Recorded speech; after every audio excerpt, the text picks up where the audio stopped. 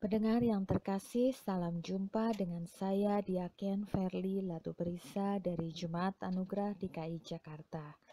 Menyapa pendengar terkasih dalam Renungan Radio GPIB saat ini. Pendengar yang setia, mari kita tundukkan kepala dan berdoa sebelum kita membaca dan merenungkan firman Tuhan. Mari kita berdoa.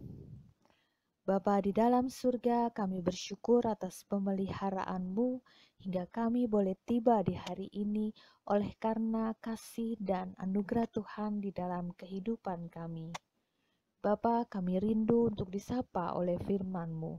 Oleh karena itu, berikan Roh Kudus-Mu atas kami sehingga kami boleh diberi pengertian akan firman Tuhan yang hendak kami dengarkan hari ini. Bersabdalah ya Tuhan, kami anak-anak-Mu telah siap untuk mendengarkannya. Amin.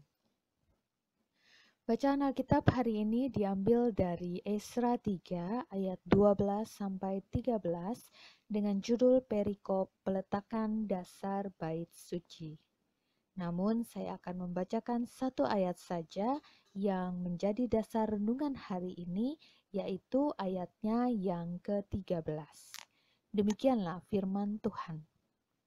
Orang tidak dapat lagi membedakan mana bunyi sorak-sorai kegirangan dan mana bunyi tangis rakyat.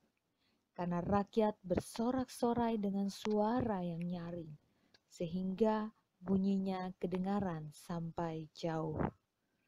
Demikianlah pembacaan Alkitab hari ini.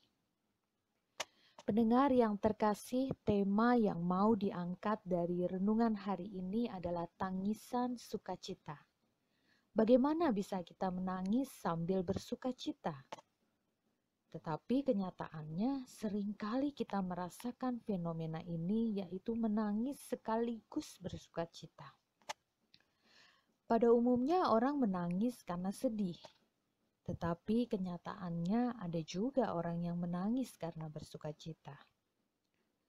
Ketika salah seorang sepupu kami dikabarkan terpapar COVID-19 sekeluarga, kami menelponnya untuk berkoordinasi akan keperluan yang harus dibantu karena harus isolasi mandiri. Sepanjang telepon ia hanya bisa menangis dan menangis karena hatinya diliputi kesedihan akan virus COVID-19 yang menginfeksinya sekeluarga. Sedih, syok adalah hal yang dialaminya karena mereka merasa sudah begitu ketatnya melaksanakan protokol kesehatan dalam kesehariannya, namun terpapar virus COVID-19 tetap tidak bisa dihindari. Singkat cerita, perjalanan isolasi dilakukan dengan berbagai tantangan, termasuk di dalamnya melakukan PCR test untuk memastikan kesembuhan. Harus diulang berkali-kali untuk mendapatkan hasil yang negatif. Tetapi mereka mengalami kasih Tuhan melalui pemeliharaan yang Tuhan berikan selama masa isolasi. Tidak sedikit pun mereka dibiarkan kelaparan. Tidak sekalipun mereka dibiarkan terlantar. Tidak pula mereka dikucilkan dari teman, tetangga, dan keluarga. Serta tidak sedikit pun mereka dibiarkan sendiri. Bahkan kami keluarga besar selalu mengawalnya dengan doa dalam persekutuan keluarga yang dilakukan setiap malam secara online. Dan ketika mereka dipulihkan, mereka menangis dan menangis. Tetapi tangisan mereka kali ini adalah tangisan yang berbeda.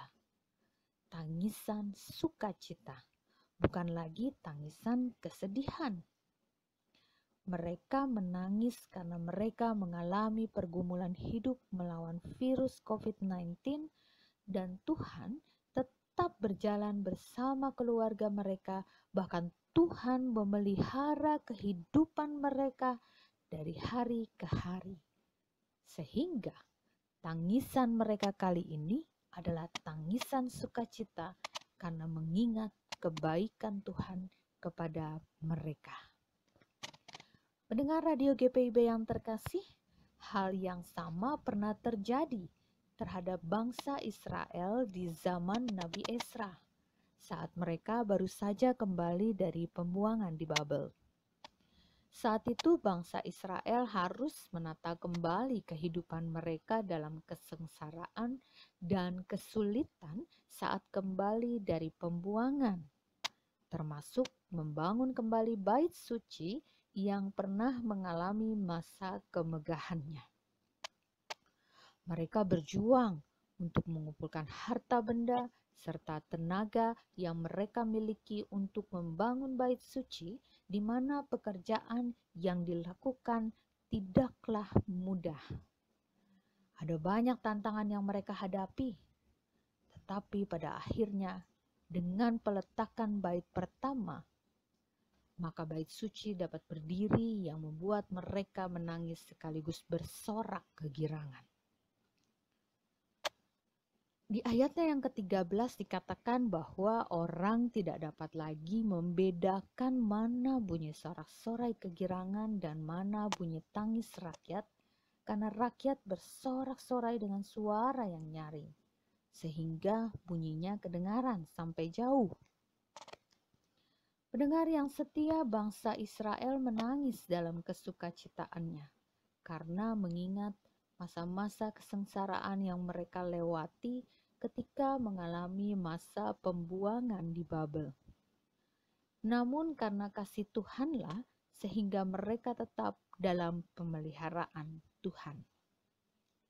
Terlebih lagi ketika mereka melihat proses pembangunan bait suci yang sudah dimulai dengan peletakan dasar pertama membuat mereka sangat terharu karena mereka mengingat bahwa Tuhan sangat baik. Pendengar yang setia, terkadang kita merasa Tuhan tidak ada di pihak kita. Ketika kita mengalami pahitnya cerita kehidupan kita. Seperti bangsa Israel yang dibuang di Babel, di mana mereka tidak lagi memiliki pengharapan untuk hidup dengan layak. Namun satu hal yang tidak kita sadari adalah Tuhan tetap memelihara kita dengan cara yang tidak kita mengerti. Sehingga ketika saatnya kita dipulihkan, kita akan lebih memahami penyertaan Tuhan selalu ada bagi mereka yang berseru kepadanya, dan saat itulah Ia mampu mengubah tangisan kesedihan menjadi tangisan sukacita. Pendengar, berkat Tuhan akan tercurah bagi kita, bagi Anda dan bagi saya, jika kita tetap setia kepadanya. Pendengar yang setia, mari kita berdoa. Bapa yang Maha Kasih, ajarkan kami untuk menghitung hari-hari kami sedemikian rupa, sehingga kami beroleh hati yang bijaksana untuk memahami cerita kehidupan yang kami alami, sehingga kami mampu untuk menyatakan iman kami bahwa hidup kami tetap ada dalam pemeliharaan kasih Tuhan. Pegang tangan kami ya Tuhan, agar kami tetap memiliki sukacita di dalam kegetiran kehidupan yang kami rasakan saat ini. Amin. Demikianlah pendengar terkasih, sebuah renungan dengan judul Tangisan Sukacita.